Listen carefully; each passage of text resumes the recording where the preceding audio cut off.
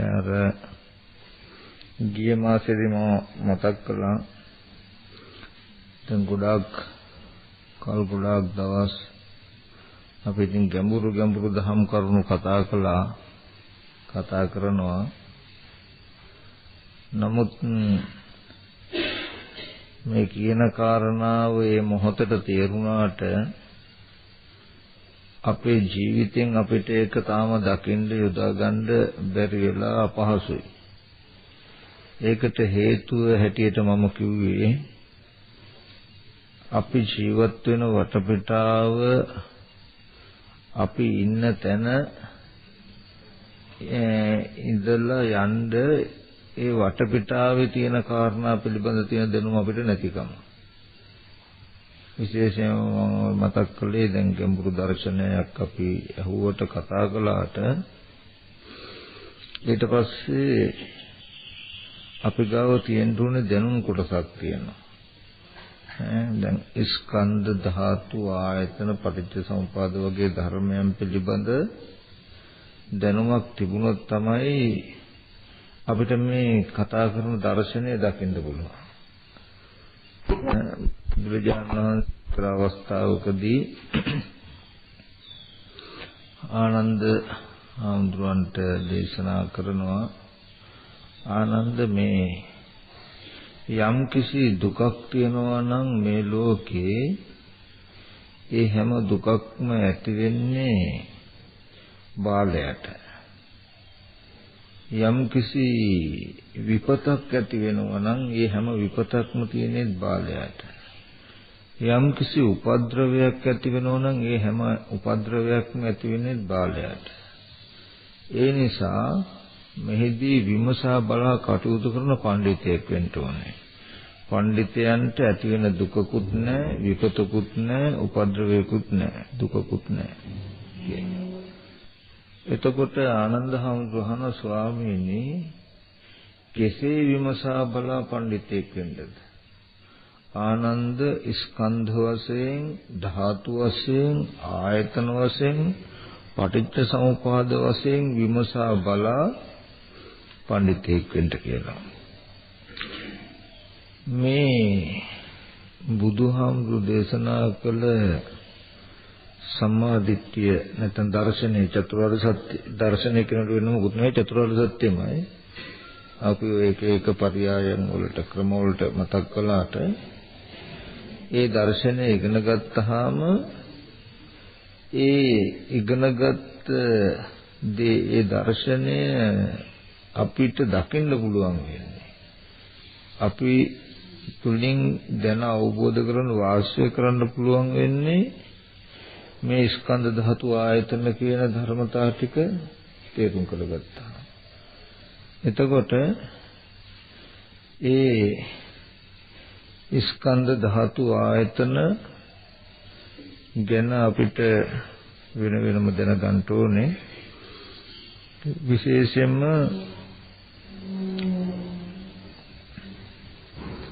ස්කන්ධ කිව්වහම දැන් පංච උපාදානස්කන්ධය.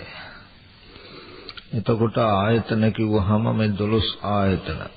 ධාතු කිව්වහම ධාතු 18 ගැන 18ක් තියෙනවා. ධාතු ගැන. ඒවැ නම් වලින් කියන අර්ථය. එතකොට ඒ කාරණා වලින් කියන ධර්මතා අපේ ජීවිතෙන් දකින්න ඕනේ. ඉතින්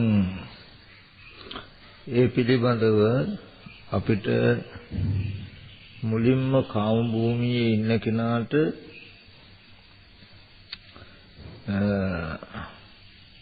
දැඩි සංයෝජනයක් තියෙන්නේ රූපය ගැන.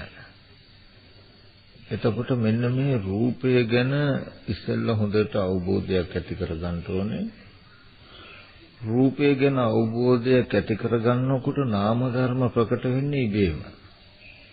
අපි හිතාගෙන ඉන්නේ නාම ධර්ම තේරුම් කරගන්න අපිට පහසුයි මේ රූපේ තේරුම් කරගන්න පහසුයි නාම ධර්ම අපහසුයි කියලා. මට හිතෙන්නේ කී අනිත් පැත්ත රූපය තේරුම් කරගන්න අපහසුයි නාම ධර්ම තේරුම් කරගන්න පහසුයි කියලා. මොකද රූපය අවබෝධ කරගත්තොත් අනාගාමී වෙනවා. රූපය පිරිසිඳ දැකපු දවසට කබලින්ක ආහාරය පිරිසිඳ දැනගත්තොත් න ආගාමී. න ආගාමී කියන්නේ මේ ලෝකේ නැවතෙන්නේ නැහැ. ඒ හින්දා අනාගාමී කියනවා.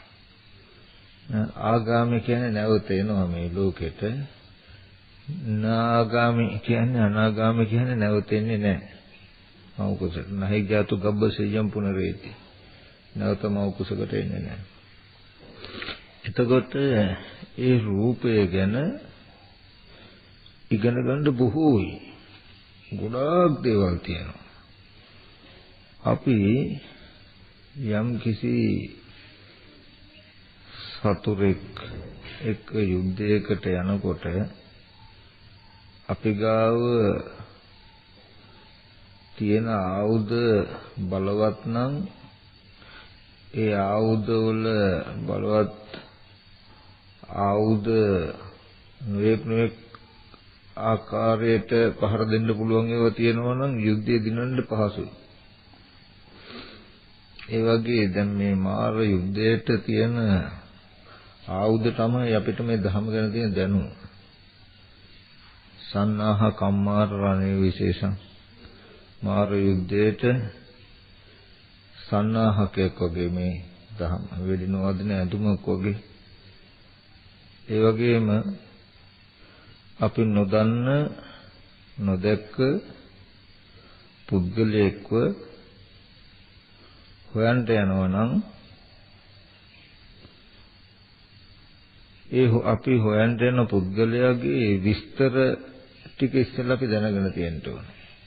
එයාගේ ලක්ෂණ ටික දැනගෙන තියෙන්න ඕනේ.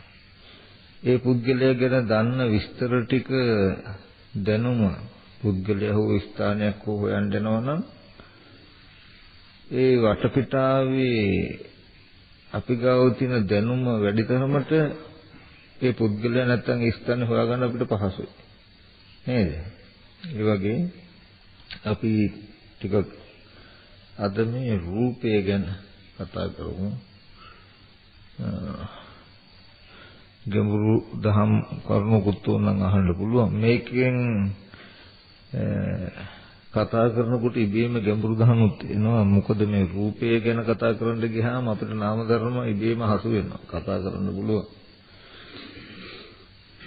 මේ එකට තමයි මේ ධම්ම අභිධර්ම පිටකේ මේ ධම්මසංගණේ ප්‍රකරණය කියන ප්‍රකරණේ තියෙන්නේ සතර පරමාර්ථ ධර්ම කියලා බුදුරජාණන් වහන්සේ කොටසක් පෙන්නලා තියෙනවා. චිත්ත චෛතසික රූප නිබ්බාන කියලා හතරක්. පරමත්ත කියලා කියන්නේ බෙදලා යමක් නොබෙදිය හැකි තැනකට යනවා. ආපහු බෙදන්න බැරි තැනකට යනවා අන්න ඒකට කියනවා අර්ථයක් පරමාර්ථයක් කියලා. යථාර්ථයක් කියලා.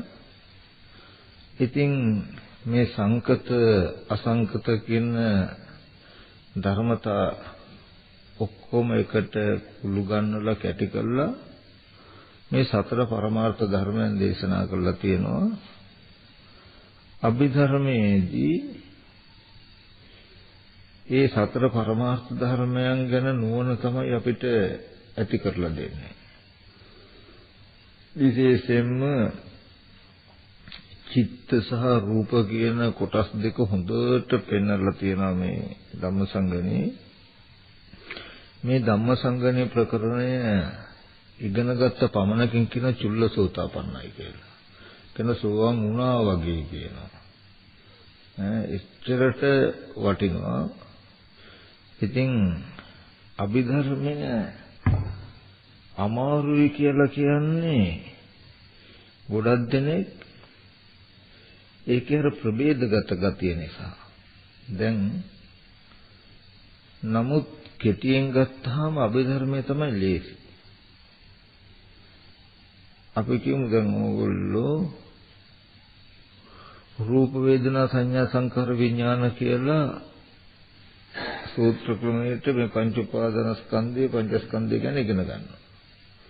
ඉගෙන ගත්තට රූපය කියන්නේ මොකද්ද කියලා අපි ජීවිතෙන් හඳුනන්නේ දන්නේ.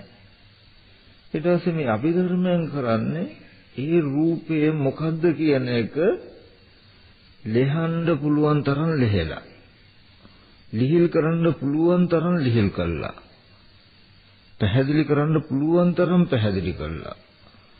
විසිරවන්න පුළුවන් තරම් විසිරවලා පෙන්වන එක. මේ අභිධර්ම මේ ධම්මසංගණයේ තියෙන රූප ටික පෙන්වන ටිකෙන් හැර වෙන රූප නැහැ. ඒ ටික ඉගෙන ගත්තාම දැනගත්තාම එයා රූපය ගැන තියෙන ඔක්කොම ටික දන්නවා.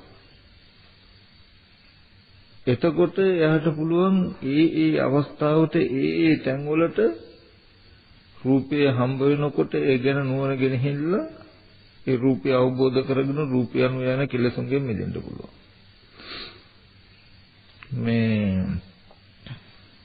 ඒ නිසා මේ ධම්මසංගණයේ තියෙන කොටස් වලින් අපි මුලින්ම මේ රූප කාණ්ඩය ටිකක් ඉගෙන ගමු.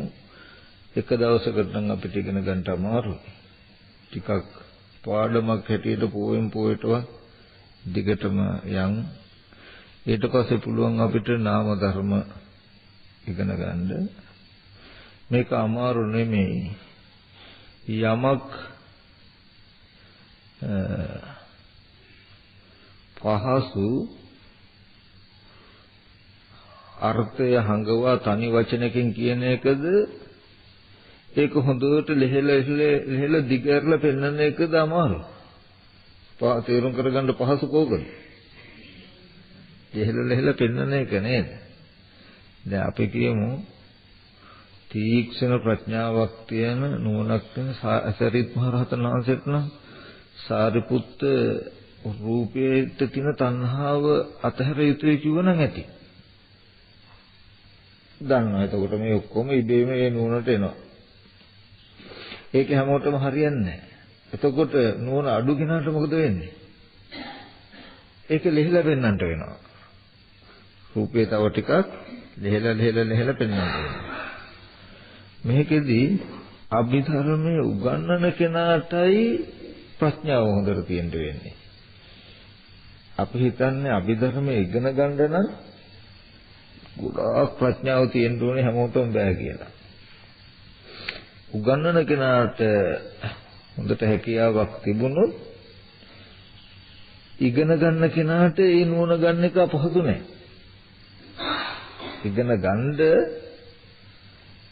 කෙනාට මුළු අභිධර්මයේම නුවණ ඕනේ නෑ. එහෙමනම් ඉගෙන ගන්න දෙයක් නෑනේ. ඉතින් ලෙහෙල පෙන්වුවාම එයාට බොහොම පහසුවෙන් තේරුම් ගන්න පුළුවන්. ඊට පස්සේ මට හිතෙන්නේ සූත්‍ර යකින් පෙන්වන කාරණාවට වඩා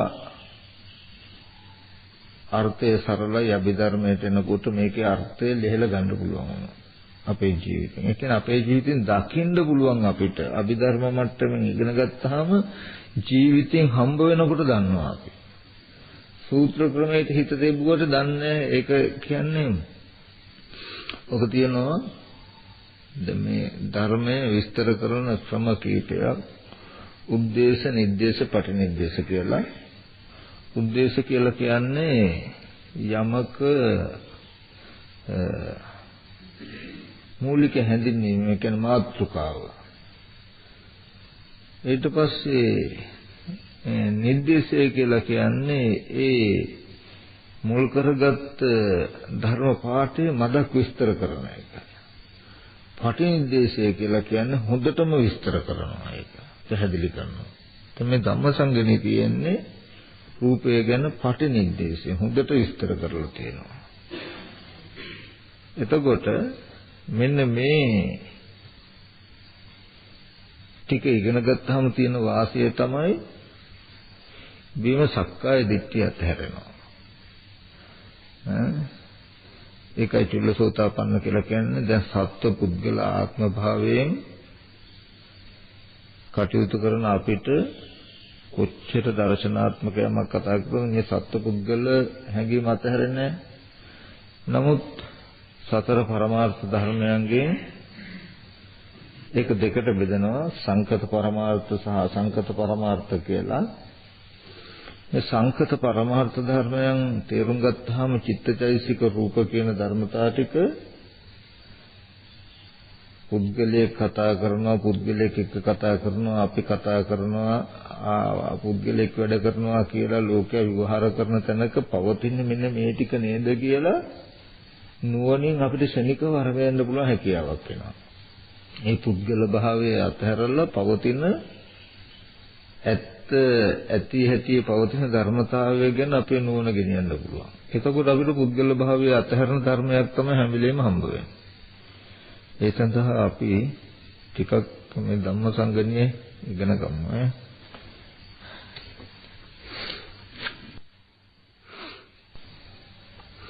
මම හැබැයි කිව්වා ගියසරේ පොත් ගේන්න කියලා. ගෙනාවද කොහොමද? ටික ටික අපිට ඔක්කොම මතක හිටින්නේ නැහැ. මේව පුළුවන් තරම් ටිකක් ලියාගෙන මතක තියාගන්න තරමට හොඳයි. පස්සේ හරි කමන්නේ ලියාගන්න තියෙන ඒවා තියෙනවා. ඉස්සෙල්ලා අදම ලියාගන්න දෙන්නේ. ඔය ටික කියලා දෙන්නම් ජීවිතේ. සාදු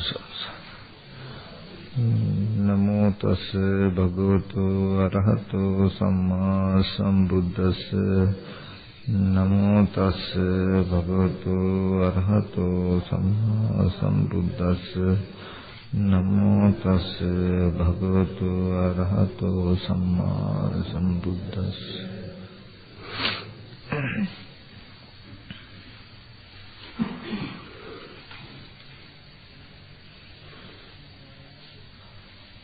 මේ රූපය ගැන විස්තර කරනකොට බුදුරජාණන් වහන්සේම ඉස්සෙල්ලා ප්‍රශ්නයක් අහනවා තත්ත කතමං සම්බන් රූපං එහි සියලු රූපය කියලා කියන්නේ මොකේද? සියලුම රූප කියලා කියන්නේ මොනවටද කියලා ප්‍රශ්නයක් අහන බුදුරජාණන් වහන්සේ. අහලා බුදුරජාණන් වහන්සේ මේකට උත්තර දෙනවා චත්තාරෝච මහා භූතා චතුන්නංච මහා භූතානං උපාදාය රූපං ඉදං උච්චති රූපං. සතර මහා ධාතුව නිසා පවත්නා උපාදාය රූපත් කියන මෙන්න මේ ටිකයි සියලුම රූප කියලා කියන්නේ කියලා. සතර මහා ධාතුව නිසා පවත්නා රූපත් කියන මෙන්න මේ ටික තමයි සියලු රූප කියලා කියන්නේ. එතකොට මෙතනදී මේ සතර මහා ධාතු සහ උපාදාය රූප කියන මේ ටික අපි පොඩ්ඩක් ඉගෙන ගන්න ඕනේ. මේ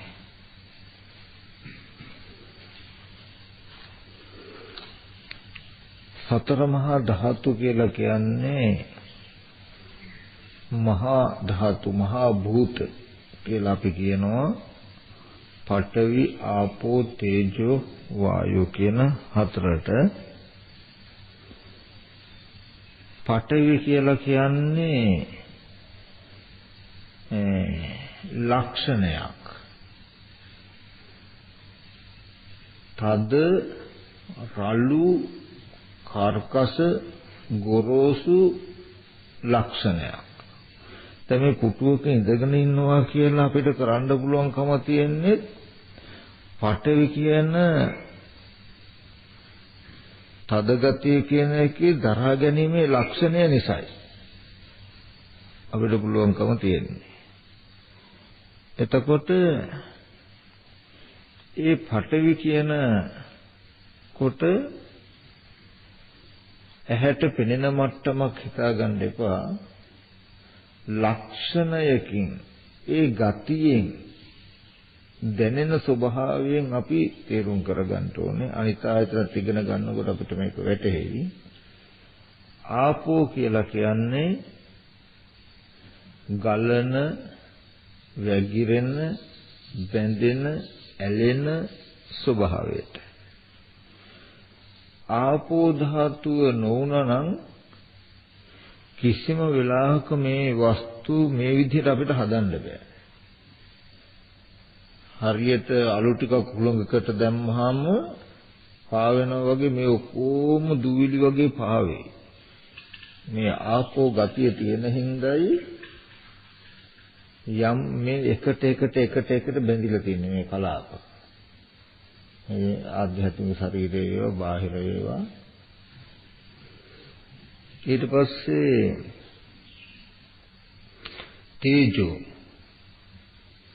තේජෝ කියන්නේ දවන, තවන, දිරවන, පැසවන ස්වභාවයක්. ඒ ස්වභාවයේ තියෙන නිසායි ඕනෑවට වඩා වැగిරෙන්න යමක් දෙන්නේ නැති තැන්වල වැగిරෙන්නේ නැති ස්වභාවයටපත් වෙන්නේ තේජෝස නිසායි. එතකොට දිය කරන්න ඕනේ දෙයක් දිය වෙන්නේ තේජස නිසායි.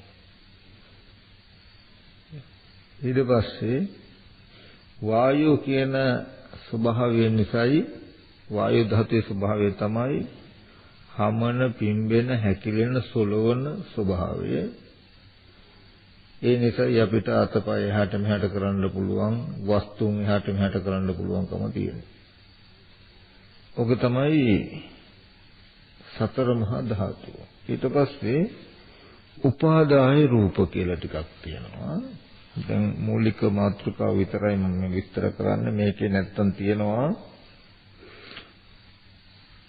ගොඩාක් ප්‍රභේද. ඒ කියන්නේ ඒකක සංග්‍රහය, ဒုတိ ය සංග්‍රහය, තෘතිය සංග්‍රහය කියලා 10ට යනකම් රූපය ගැන ප්‍රභේද 10 ආකාරකින් උගන්වනවා. මම ඉස්සෙල්ලාම මේ සතර මහා ධාතුවත් උපාදාය රූපත් කියන ටික උගන්වනවා. ඊට පස්සේ ඕකටම තව තියෙනවා 11 ආකාරයකින් ඉගෙන ගන්නත් අපිට අතීත අනාගත වර්තමාන ආධ්‍යාත්මික බාහිර දුර ළඟ කියලා. දැන් ඔය මහ භූත රූප 4යි උපාදාය රූප කියලා තව 23ක් තියෙනවා. 24ක් තියෙන එකෙන් හදවස්තු රූපය ගන්නෙ නැහැ. මෙතනින් පෙන්වන්නේ නැහැ. ධම්මසංගණී 23ක් තියෙනවා. ඒ උපාදාය රූපයන්ට තමයි අයිති මොකද්ද? කතමන්තං රූපං උපාදා. උපාදා රූපය කියලා කියන්නේ මොකද්ද? මොනවාද? ඉස්සෙල්ලා තියෙනවා වස්තු රූප කියලා. ඇහැ, කන, නාසය, දිව, ශරීරය. මේවා උපාදාය රූප. ඊගාට උනන්ද? කියන්නේ නෑ උපාදාය රූප. ඇහැ, කන, දිව, නාසය, ශරීරය රූප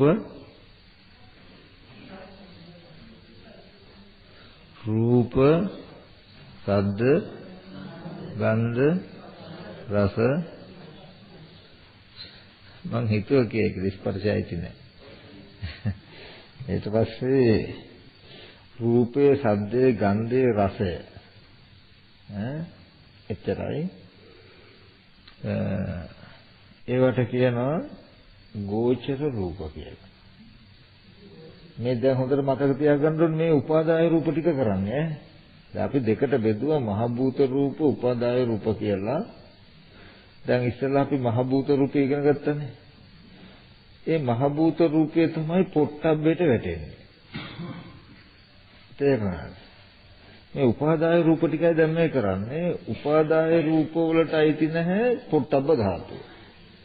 කායට ගැටෙන පොට්ටබ්බ ධාතුව උපාදාය රූපයට අයිති නැහැ. ඔන්න ඔය බෙදීම නැති හින්දායි ඕක ගැන දන්නේ නැති හින්දායි අපිට මේ දර්ශනීය ජීවිතෙන් දකින්න බැරි. ඕතන තිබුණාම ඉබේම කෙලෙස් අතහැරෙනවා. මේ දර්ශනය. හොඳට ඒ දෙක මතක තියාගන්න ඕනේ.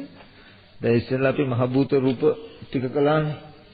දැනට තියන්න දැන් උපාදාය රූප කියන ටික ඉගෙන ගන්න ඕනේ. ඇහැ කන දිව නාසය ශරීරය රූප ඒකට බාහිර දේවල් රූප ශබ්ද ගන්ධ රස එච්චරයි. හරිද? ඊට පස්සේ තව තියෙනවා ඉත්ත්‍ේන්ද්‍රිය පුරුෂේන්ද්‍රිය ජීවිතේන්ද්‍රිය මොකද? මොකද? එන්නේ ඉත්ත්‍ේන්ද්‍රිය පුරුෂේන්ද්‍රිය ජීවිතේන්ද්‍රිය කාය විඤ්ඤාප්ති වචේ විඤ්ඤාප්ති ආකාශ ධාතු රූපස්ස ලහුතා රූපස්ස මුදිතා රූපස්ස කම්මඤ්ඤතා උපචේ සන්තති ජරතා අනිච්චතා කබලින්ක ආහාර. මෙන්න මේ ටිකේ ලක්ෂණ ටික තේරුම් කරගන්න ඕනේ. ඊට පස්සේ දැන් එතන ඉඳලා බුදුරජාණන් වහන්සේ මේ රූප ටික පැහැදිලි කරන එක තමයි මේ කරන්නේ. දැන් මේ කියපු රූප ටික පැහැදිලි කරනවා. දැන් ඔන්න රූප ටික ඔක්කොම කියලා තියෙන්නේ. ඔතනදී දැන් ජීවිතෙන් අපිට හඳුනා ගන්නයි තියෙන්නේ රූප කියන එක මොකද්ද කියලා. සබ්බන් රූපං ඔක්කොම රූප හැටියට ගත්තාම රූප කියන්නේ මොනවටද? ඔක්කොම රූප කියන්නේ මොනවටද? නාම රූප නෙමෙයි රූප කියන්නේ මොනවටද? සතර මහා ධාතු සතර මහා ධාතු නිසා පවත්නා උපාදාය රූප. උපාදාය කියලා කියන්නේ අසුරු කරගෙන ඉන්නවා, අල්ලගෙන ඉන්නවා, අත නොහැර ඉන්නවා, නොමුදා ඉන්නවා. කාවද? සතර මහා ධාතුව නොමුදා, සතර මහා ධාතුව අතහරින්නේ නැතුව, සතර මහා ධාතුව අල්ලගෙන, සතර මහා ධාතුව නිසා පෙනෙන රූප. හොඳට මතක තබා ගන්න ඕනේ උපාදාය රූපය කවදාවත් සතර මහා ධාතු නෙමෙයි. මේ උපාදාය රූප පඨවි ආපෝ තේජෝ වායෝ කියන සතර මහා ධාතු එහෙම නෙමෙයි. සතර මහා ධාතු උපාදාය රූප නෙමෙයි. සතර මහා ධාතු සතර මහා ධාතුමයි උපාදාය රූපය උපාදායමයි සතර මහා ධාතු නෙමෙයි. එතකොදුවත් උපාදාය රූපයකට පෙනී හිටින්න බෑ සතර මහා ධාතුව නැතුව. ඒ නිසායි උපාදාය කියලා කියන්නේම සතර මහා ධාතුව නිසා පෙනෙනවා. නිසා විද්‍යමානයි. සතර මහා ධාතුවට පුළුවන් තනිව පෙනී හිටින්න උපාදාය රූපය නැතුව නුවණකට හෝ හසු වෙනවා. නමුත් උපාදාය රූපෙට බෑ කවදාවත් සතර මහා ධාතුව නැතුව පෙනී හිටින්න.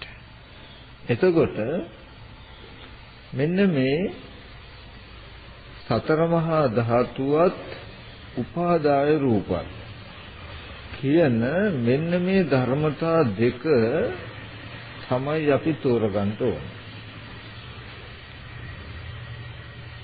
ඒකෙදි ඉස්සෙල්ලාම අපි කෙටියෙන් මතක් කළා සතර මහා ධාතුන්ගේ ධාතු ලක්ෂණය.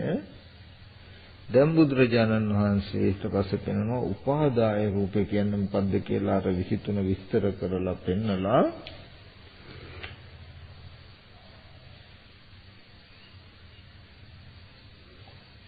ඒකේ මුලින් මාතෘකාව කළා චක්කායතන සෝතායතන කියලා උපාදාය රූප ටික පෙන්වන්නේ. ඊට පස්සේ අහනවා බුදුරජාණන් වහන්සේ කතමන්තං රූපං චක්කායතන. දැන් ඔන්න ඒ ටික පැහැදිලි කරලා දෙනවා. ඒ චක්කායතනය උපාදාය වූ මහ භූත නො වූ උපාදාය වූ චක්කායතනය කියන රූපේ මොකද්ද කියලා අහනවා. යං චක්කුං චතුන්නම් මහ භූතානං උපාදාය පසාදෝ අත්ත භව පරියාපන්න අනිදස්සන සම්පටිගා යේන චක්කුණා අනිදස්සන සම්පටිගෙන රූපං සනිදස්සන සම්පටිගේ පටිගම් පස්සීවා පස්සතිවා පස්සිස්සතිවා පස්සේවා චක්කුම් පේතං චක්කායතනම් පේතං චක්කු ධාතු පේතා චක්කු ඉන්ද්‍රියම් පේතං ලෝකෝපේසෝ ద్వාරෝපේසෝ සමුද්දෝපේසෝ පණ්ඩරම් මේතං කෙත්තම් මේතං වත්තුම් මේතං නෙත්තම් මේතං නයනම් මේතං ඕරිමතිරම් මේර තීරම් පේතං ශුඤ්ඤෝගාමෝ පේසෝ ඉදන්තං රූපං චක්කායතන. ඒ චක්කායතනය කියලා කියන්නේ මොකද්ද? ඇහැ කියලා කියන්නේ මොකද්ද? බුදුහාමුදුරේ දේශනා කරන යම් ඇහැක් සතර මහා ධාතුන් නිසා පවතිනම් ප්‍රසාදේ වූ ආත්ම භාව පරියාපන්න වූ තමා කෙරෙහි පවතින අනිදස්සන. ඊතර මේ ඇහැ හොඳට තේරුම් කර ගන්න ඕනේ. කවදාවත් ඇහැ කියන එක දකින්න බැරි එකක්. තේරුණාද? සතර මහා ධාතුන් නිසා විද්‍යමාන අත්භව පරියාපන්න ඒ පුද්ගලයා කෙරෙහි වූ පුද්ගලයා තුල වූ තමා කෙරෙහි වූ දකින්න බැරි පෙනෙන්නේ නැති ඇහක් තියෙනවා නම් සනිදස්සන සම්පටිග වූ රූපේ ගැටේ නම් දකින්න පුළුවන් පෙනෙන දකින්න පුළුවන් ගැටෙන රූපය හා ගැටෙන මේ ඇහැ විස්තර කරන්න යන්නේ. රූපේ දකින්න පුළුවන් පෙනෙන දකින රූපයක ගැටෙන ඇහක් තියෙනවා නම් ඒ ඇහැ මොකද්ද? මහ භූතයන් නිසා උපන්න උපාදාය වූ තමා කෙරෙහි වූ දකින්න බැරි ඇහක් තියෙනවා නම් මෙන්න මේ ඇහැට කියනවා එතකොට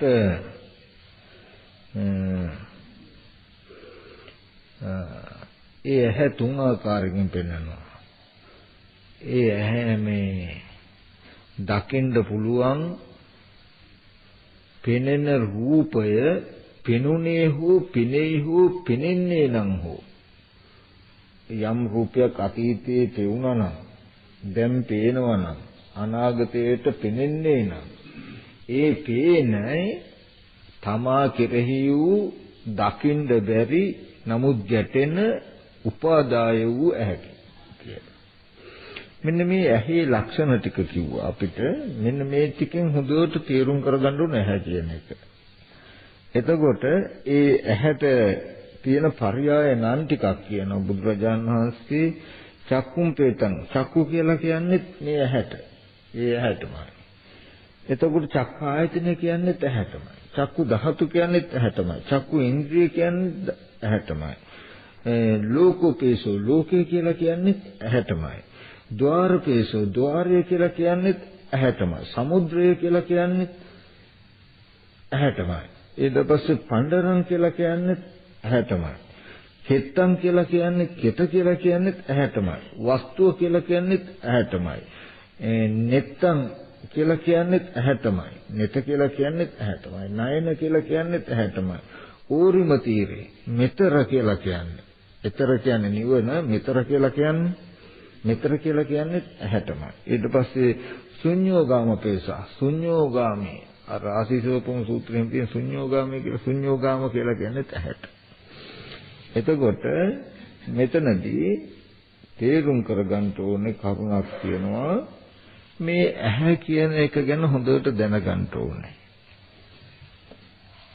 ඇහැ කියනකොට මේවා ඉගෙන ගන්න ගොඩාක් දේවල් තියෙනවා. මේ ඇහැ අනිදස්සනයි. කවදාවත් දකින්න බෑ අපිට. දැකලා නැහැ අපි. ඇහැ කියන එක කවදාවත් දැකලා නැහැ. බුදුහාමුදුරුවෝ අහනවා ස්වාමීන් වහන්සේලාගෙන් මහණෙනි නුඹලා කවදාවත් දැකලා නැත්තම් යමක්. දැකලා නැති දෙයක් කරබේ නුඹලට කෙලෙස් ඇති වෙන්න පුළුවන්ද කියලා. කවදාවත් ඔයගොල්ලෝ නොදැක්ක දෙයකට ඔයගොල්ලන්ට රාග දේශ මොහ ඇති වෙනවද? ඇති වෙන්නේ නැහැ. දැකලා තියෙන දෙයකට නේද ඇති වෙන්නේ.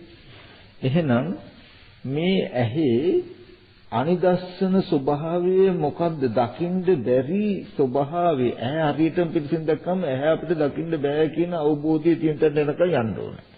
එතකොට ඇහැට තියෙන කෙලෙස් ඉබේම අපෙන් අතහැරෙනවා. ඇහැ දකින්න බෑ කියලා අනිදස්සන කියලා බුදුහාමුදුරු පෙන්වුවේ ඇහි නියම ස්වභාවය. ඒ ඇහි නියම ස්වභාවය ඇහැ අවබෝධ කළා, ඇහැ පිළිසිඳ දැක්කා කියලා කියන්නේ මෙන්න මේ පෙන්නපු ලක්ෂණ ටික තියෙන තැනට අපේ මනස ගත්ත දවසට ඇහැ පිළිසිඳ දැක්කා. එදාට ඇහැ ආරම්භය කළ යුත්තක් අපිට නැහැ.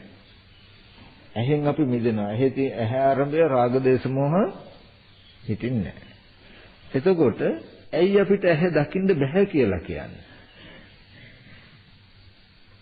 ඔන්න දැන් ප්‍රශ්න එනවා. ඇහැ දකින්න බෑ කියන උත්තරේ නැත්තේ අපිට අනිත් රූප ටික පිළිසිඳ නොදන්න නිසා. තේරුණාද?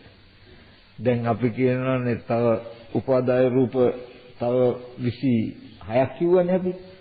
ඒ ටික පිළිසිඳ දැක්කම ඇහැ දකින්න බෑ කියන උත්තරේ එනවා. ඇහැ පිළිසිඳ දැක්කොත් අනිත් ඒවා පිළිසිඳ දැක්ක හැකි, අනිත් ඒවා පිළිසිඳ දැක්කොත් ඇහැ පිළිසිඳ දැක්ක හැකි. මේ රූප ටික එකට බැඳිලා තියෙනවා. දැන් අපි කියමු ඇහැ පිළිසිඳ දකින්න බෑ කියලා කියන්නේ මම පේන රූපය හඳුනන්නේ නැති හින්දා. හරියට. නැත්තම් හිතට පේන රූප හඳුනන්නේ නැති හින්දා. අපි ඉදිරියට මේක කතා කරගෙන යන්. එතකොට හරියටම මේ කෙලෙසුන්ගේ මිදෙන තැනට මනස එන්නේ අපේ ඉබේමයි. අපිට මේ ස්වභාවය ඉගෙනගෙන යන්න පුළුවන් දිගටම. ඇහැ දකින්න බෑ කියන එක දැනටම උත්තරේ කෙටියෙන් කියාගෙන යන්නම්. අපිට පුළුවන් ද අපේ ඇස් දෙකෙන් අපේ ඇස් දෙක බලන්න? පේනවද ඕගලන්ට ඕගලන්ගේ ඇහැ? එන අතීතයේදී ඕගලන්ට ඕගලන්ගේ ඇහැ පෙන්ලා තියෙනවද? නැහැ. හෙට දවසේදී පෙනේද? නැහැ. දැන් පේන්නේ නැත්නම් අතීතයේදී පෙන්නලත් නැහැ, අනාගතයට පේන්නෙත් නැහැ. එතකොට ඇහැට පුළුවන්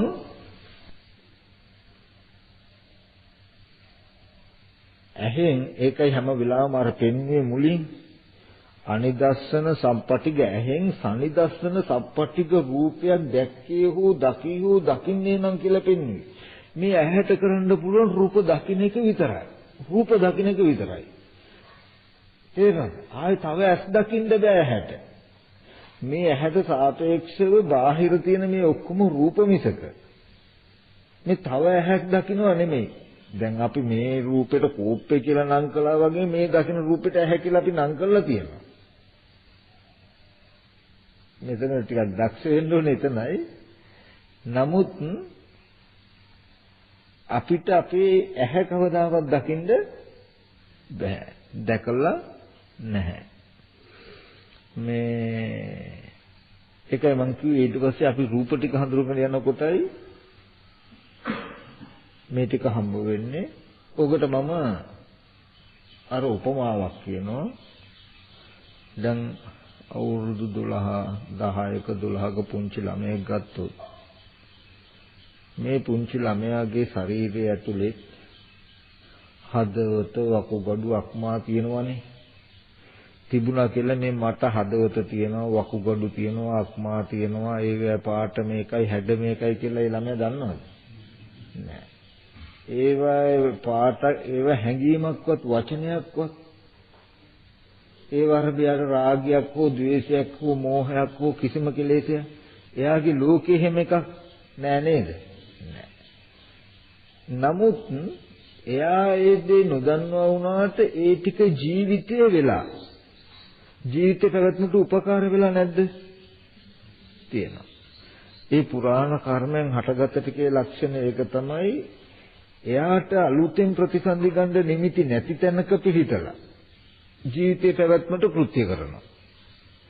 එතකොට ඒ වකුගඩුව ඉවර වුණොත් ඉවරම තමයි. තියෙන වකුගඩුව ඉවර වෙනවා අලුතෙන් වකුගඩුවකුත් නැහැ නිවුණා. දැන් මේ ළමයා ලොකු වෙනකොට මේ ඇහෙන් වීඩියෝ පටියක් දිහා බලලා හරි මිනිහක් කපන එකක් දිහා බලලා හරි මේ තමයි වකුගඩුව කියන්නේ මේ තමයි හදවත කියන්නේ හදවත නෙළුම් මලක් වගේ වකුගඩුව අඹ ගෙඩියක් වගේ මේ වකුගඩුව හරස් කඩ කියලා ඔන්න දැනුමක් ඇති කරගන්නවා. දැන් එයා හිතාගන්නේ මේ වගේම වකුගඩුවක් තමයි මට තියෙන්නේ මංගාව තියෙන එකමයි මේ දැන් දන්නේ මම කියලා හිතන්නේ. දැන් එයාට මේ දැනුම කලින් තිබුණත් නැතත් මේ වකුගඩුව තිබුණානේ. ඒ දැනුමේ කිසිම සම්බන්ධයක් නැහැ දැනුම ආගන්තුක එකක් නේද? ඔන්න ඔය දැන් දන්න ටිකට තමයි කර්ම කියන්නේ. තියෙන වකුගඩුව දිය වෙනකොට හදවත දිය වෙනකොට තව වකුගඩුවක් හදවතක් හදාගන්න තියෙන දැනුම නිමිති ටික තමයි ඔය දැන් මනසේ තියෙන්නේ. තේරෙනවද? තේරෙනවද කියන්නේ? දැන් අර ලොකු වෙනකොට මේ හදවත වකුගඩුව කියලා දැන් අපිට දැනුමක් තියෙනවනේ. තියෙනවද නැද්ද? තියෙනවා. අපිට හිතෙන්නේ මේ තියෙන වකුගඩුව ගැනමයි කියලානේ හිතෙන්නේ. නමුත් ওই දැනුම නැති කාලෙදී ওই වකුගඩුව අපිට තිබුණේ නැද්ද?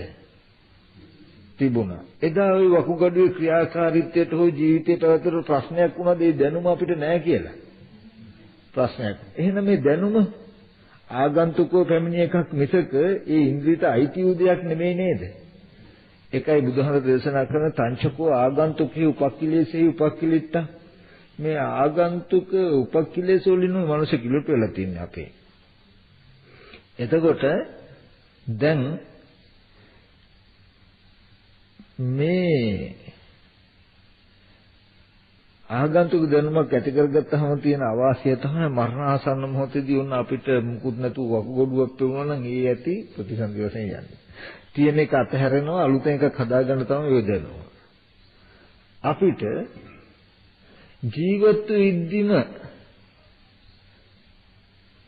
ජීවත් වෙද්දිම අර පොඩි ළමයාට තමන් ගාව තියෙන වකුගඩුව ගැන නිමිති නැහැ කියන වගේ අපේ වකුගඩුව අපිට සිහි කරන්නත් බෑ දකින්නත් බෑ නේද කියන තැනකට අවබෝධ වුණා නම් ඒ කියන්නේ අනිත් රූප හඳුනාගත්තා නම් මනසේ තියෙන චිත්තජ රූප හැට පේන වර්ණ රූප හඳුනාගත්තා නම් දන්නවා මේ සිහි කරන්නේ මෙහෙම රූපේ මිසක වකුගඩුව සිහි කරුවා නෙමෙයි කියන එක දන්නවා. එහෙම වුණා නම් මේව සිහි කරන්න බෑ. අන්න ඒ වගේ අර්ථයක් තමයි මේ ඇහැට කියන්නේ.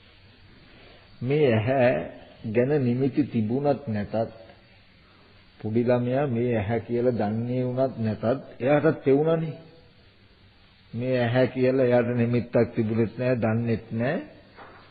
දැන් අපිට පුළුවන් සිහි කරන්න ඇහැ ගැන හිතන්න පුළුවන්. ඔය ටිකට තමයි කර්ම කියන්නේ. ඔය ටික තමයි කෙලෙස් කියන්නේ. ඒ ටිකට මේ ඇහැට කිසිම සම්බන්ධයක් නැහැ. ඒක අපිට පැහැදිලිවයි අපි මේක ටිකක් කරගෙන යන්න. ඔන්න ඒ ඇහැ කියන එක කිතියෙන් දැනගන්න අනිදස්සනයි දකින්න බෑ උපාදායයි. ඊට පස්සේ මේ ඇහැ ගැන එක එක ආකාරයකට අවධාරණය කරනවා. මොකද මේ ගැනමයි දැනගන්න ඕනේ. ඒ කියන්නේ අනිදස්සන ඇහි සප්පටික රූපේ ගැටුනේ හෝ ගැටෙයිනම් හෝ ඒ ඇහැයි.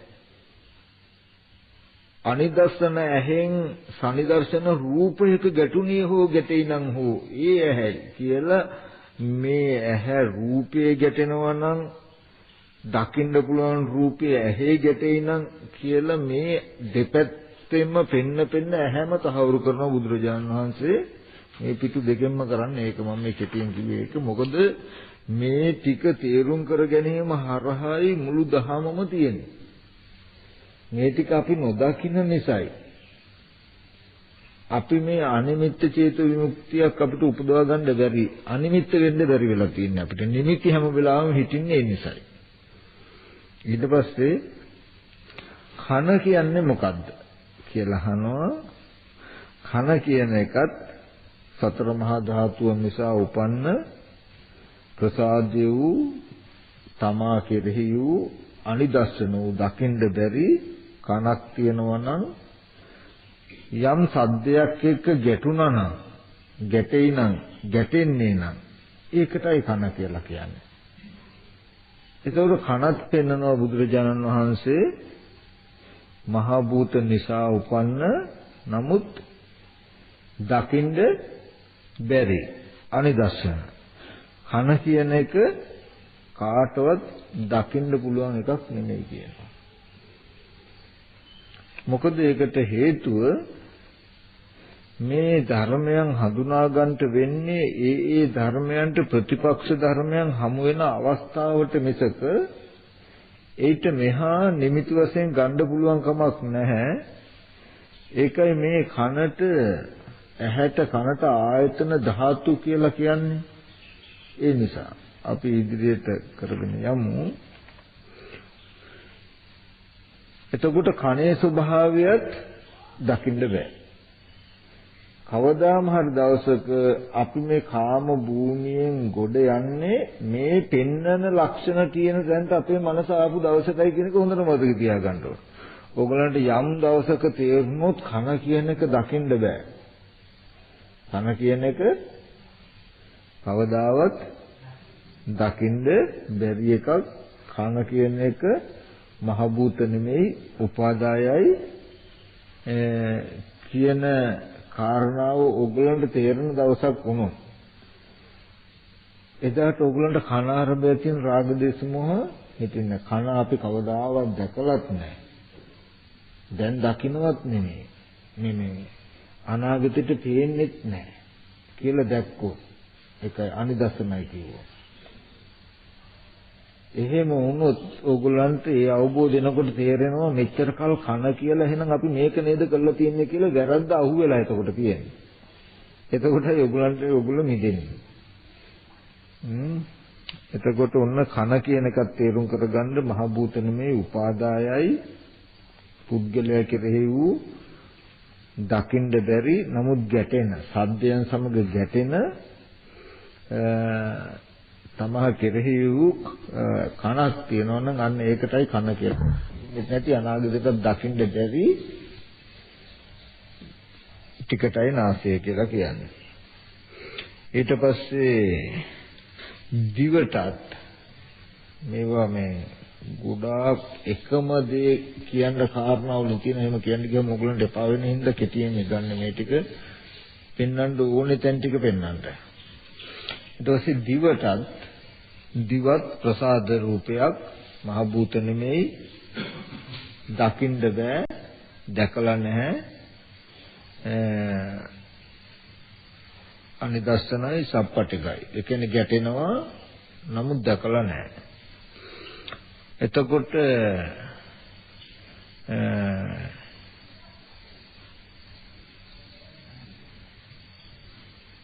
රසය සමග අතීතයේදී රස සමග ගැටුනේ හෝ දැන් ගැටේ නම් අනාගතයට ගැටෙන්නේ නම් ඒකයි දිව කියන එක පෙන්නනවා. එතකොට දිව කියන එකෙත් හොඳට අර්ථය දැනගන්න ඕනේ. දැකලා නැහැ දකින්නවත් නෙමෙයි දකින්නත් බෑ කියන එක. ඊට පස්සේ කය මේ කයත් සතර මහා ධාතුන් නිසා උපන්න උපාදාය වූ අනිදස්සන දකින්න බැරි දැකලා නැති අනාගතයටත් පෙනෙන්නේ නැති දෙයක් තමයි මොකද්ද? කය. තමන්ට තමන්ගේ කය පෙවුන් නැත්තම් මේ කාම ලෝකේ ජීවත් වෙන්න පුළුවන් නේද? බෑ. ඒ තැනට ගත්තාම අපේ මනස ගත්තොත් කය අපිට පේන්නේ නෑ පේන්න බෑ කියන තැනට ගත්තොත් මේ කය නොපෙනෙන විදිහට අරගෙන යන්නත් පුළුවන් අපිට. අපේ මනස ගත්තාම එතෙන්ට කය අපිට පෙනෙන මට්ටමේ ඉන්න තාක් අනිත් කටට පේනවා. මේ කය නොපෙනෙන විදිහට අරගෙන යන්න පුළුවන් ඕගොල්ලන්ට මේ කය නොපෙනෙනවා කියන තැනට එනකොට අපේ මනස ගේන්න පුළුවන්. ඒකයි ඒකේ ධර්මතාවය. එතකොට මේ කය කියන එකත් බුදුහාමුදුරු කය කියලා පනවලා තියෙන්නේ මහ භූත රූපයකට නෙමෙයි. උපාදාය රූපයක්. මහ භූතයන් නිසා පෙනෙන උපාදාය වූ ප්‍රසාදයක් තියෙනවා නම් ආත්ම භව පරියාපන්න ඒ පුද්ගලයා කෙරෙහි දැකලා නැති. මෙන්න මේ රූපයටයි කය කියලා කියන්නේ. කාය කියලා කියන්නේ. ඔන්න දැන් ඇහැ, කන, දිව, නාසය, ශරීරය කියන මේ ආයතන පහම දකින්න බැරි තැනට දැකලත් නැහැ, දකින්නත් බෑ, දකින්නෙත් නැහැ කියන තැනට අපේ මනස ගන්න ඕන. එදාට තමන්ට තමන් කියලා සිහි කරගන්න යමක් ඉතුරු නැහැ. ඉතුරු වෙන්නේ මේ දර්ශනය ගියාම මේ ටිකට අර්ථය ලැබෙනවා, මේ ටික මේ විදිහටම අපිට අවබෝධ වෙනවා, මේ ටිකෙන් ගෝචර කරගන්න ටික පුළුවන් වෙනකොට. ඒ කියන්නේ රූප, ශබ්ද, ගන්ධ, රස, පොට්ටබ්බ කියන ටික තේරෙනකොට මේ ටික ඉබේම අවබෝධ වෙනවා. මේ ටික තේරෙනකොට ඒ ටික ඉබේම අවබෝධ වෙනවා. ඒ විදිහට තියෙනවා. දැන් මේ ටික ගැන අපිට ප්‍රශ්නේ තාම තියෙන්නේ අනිත් ගැන දන්නේ නැති හින්දා. දැන් මේවේ ප්‍රධාන ලක්ෂණ ටික මම මතක් කළේ. ඊට පස්සේ මම මේව එකින් එක විස්තර කරන ජීවිතේ මෙන්න මෙහෙමයි කියලා. ඔන්න දැන් ඔය පහට කිව්වා මේ ප්‍රසාද රූප පහක් කියලා. හරිද? මේ උපාදාය රූපයන්ගේ ප්‍රසාද රූප පහ කිව්වා. දැන් ඊට පස්සේ තියෙනවා ගෝචර රූප කීයද? පහ. එතකොට ඒකෙන් ගෝචර රූපයන්ගෙන් උපාදාය රූප ගැන දැන් මේ කියන්නේ. මෙන්න මේ ටික හොඳට තේරුම් කරගන්න ඕනේ. මේ හරහා තමයි අපිට කෙලෙස් වැඩිපුරම දිවෙන්නේ මෙන්න මේ රූපය දන්නේ නැති හින්දා. කතමන්තං රූපං. රූපය කියලා කියන්නේ කතමන්තං රූපං රූපායතන. රූපායතන කියලා කියන රූපය මොකද්ද? ඔන්න යම් රූපං චතුර්ණං මහ භූතානං උපාදාය යම් රූපයක් සතර මහ භූතයන් නිසා පවත්නා වූ වර්ණ නිභා. එතකොට වර්ණයක් තියෙනවා නම් සනිදස්සන සප්පටික දකින්න පුළුවන්. ඔන්න හොඳට මතක තියාගන්න ඕනේ දකින්නවා යන ප්‍රඥාප්තියට යන දකින්න පුළුවන්. දැකලා දැනගන්න පුළුවන්.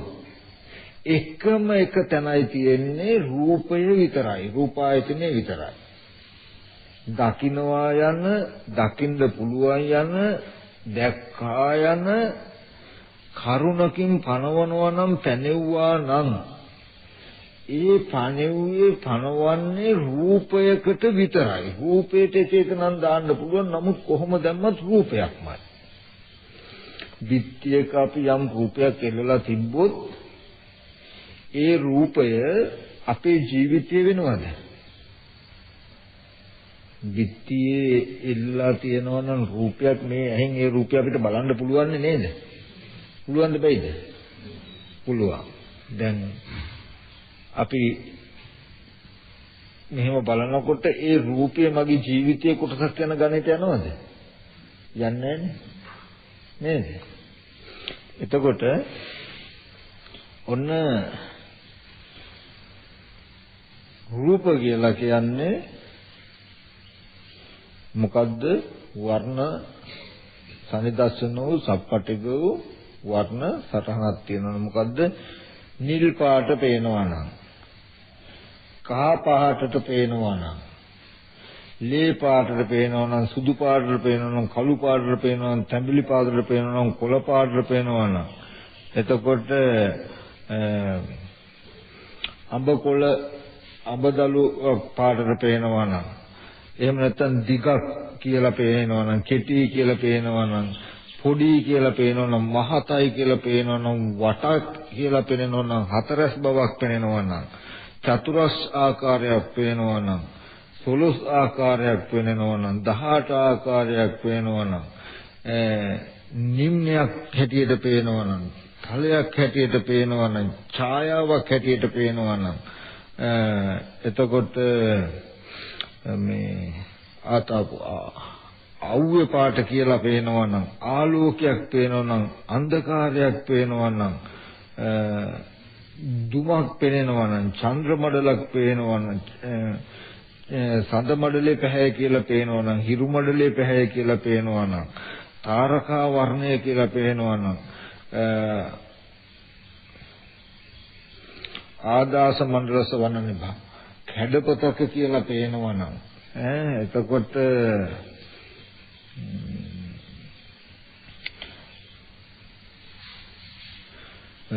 මේ රිදී කියලා පේනවා නම්, රත්තරන් පාට කියලා පේනවා නම්, එතකොට මණික් වගේ පේනවා නම්,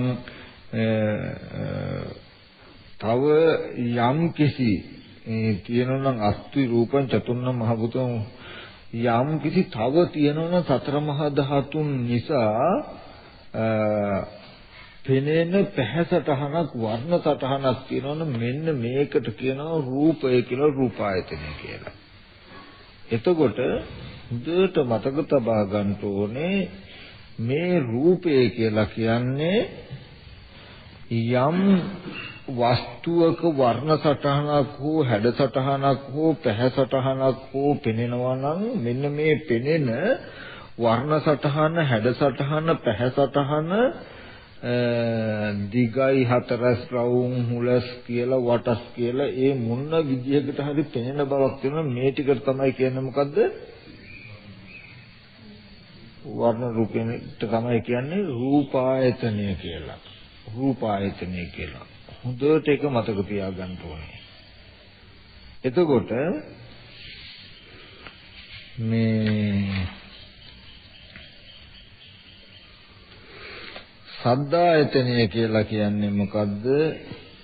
ඒ සතර මහා ධාතුන් නිසා පෙනෙන මේ ලක්ෂණ ටික හොඳට තේරුම් කරගන්න ඕනේ. සතර මහා ධාතුන් නිසා පෙනෙන උපාදාය වූ අනිදස්සන වූ හොඳට තේරුම් කරගන්න ඕනේ මේ සනිදස්සන අනිදස්සන වූ සප්පටිගු දකින්න බැරි සද්ද තියෙනවා නම් මොනවද ඒ දකින්න බැරි සද්ද අපි අහලා තියෙන්නේ දකින්න බැරි සද්ද මොනවද බේරි සද්ද ඒ කියන්නේ බෙර සද්දයක් කියනවා නම් එතකොට මිනි බෙර සක්හඬ පනා බෙර ගීත හඬ වැයුම් හඬ එතකොට මේ පොළසන් දෙන හඬ සත්වයන්ගේ හඬ මේ සුලං හඬ දියාමන හඬ මිනිස් හඬ නොමිනිස් හඬ කියලා අපි කතා කරන හඬවල් තියෙනවා නම් ශබ්ද තියෙනවා මේ හැම ශබ්දයකම යථාර්ථය මොකද්ද මහ භූත නෙමෙයි උපාදායයි කවදාවත් මේ ශබ්ද දකින්න බෑ එතකොට ඕගොල්ලෝ සද්දේ ලක්ෂණය හරියට දැනගත්තොත් කවදාවත්ම දැකපු සද්දේ හොයාගෙන ඕගොල්ලන්ට යන්න බෑ. ඇයි සද්දේ කියන එක අපි කවදාවත් දැකලා නැත්නම් ඕගොල්ලන්ට ඒ සද්දය තියෙන තැනට ආපහු යන්න පුළුවන්ද?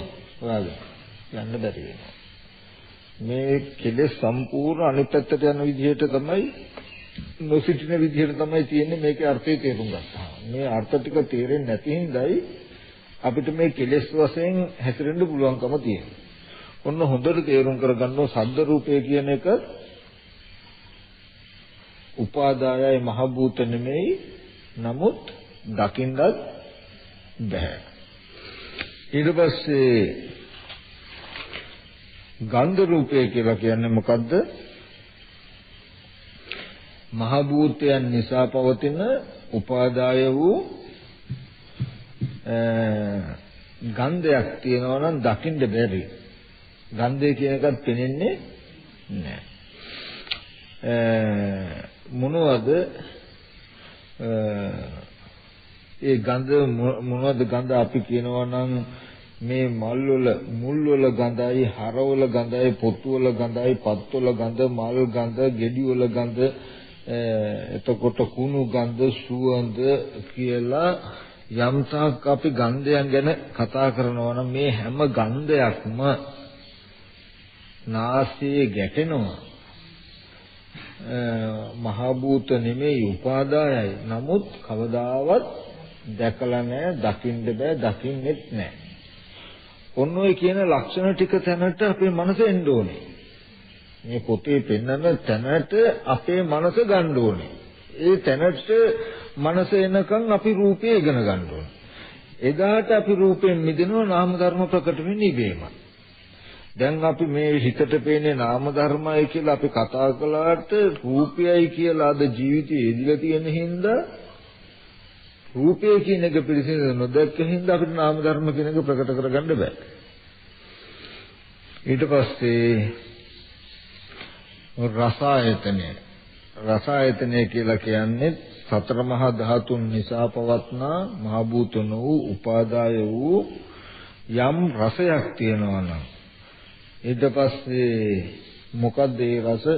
මුල් රසය, කඳ රසය, පොතු රසය, පත් රසය, මල් රසය, ගෙඩි රසය, ඇඹුල්ය, මිහිරිය, තිත්තය, කුළුය, ලුණුය, දිවුල් රහය, කහට රහය, මිහිරි රහය, නොමිහිරි රහය කියලා අපි යම් රසක් ගැන හඳුන්වනවා නම් මේ රස කියන එක මහ භූත නෙමෙයි උපාදායයි. ඒව දැකලත් නැහැ, දකින්නවත් නෙමෙයි, දකින්නත් බෑ කියන තැනකින් තියෙනවා.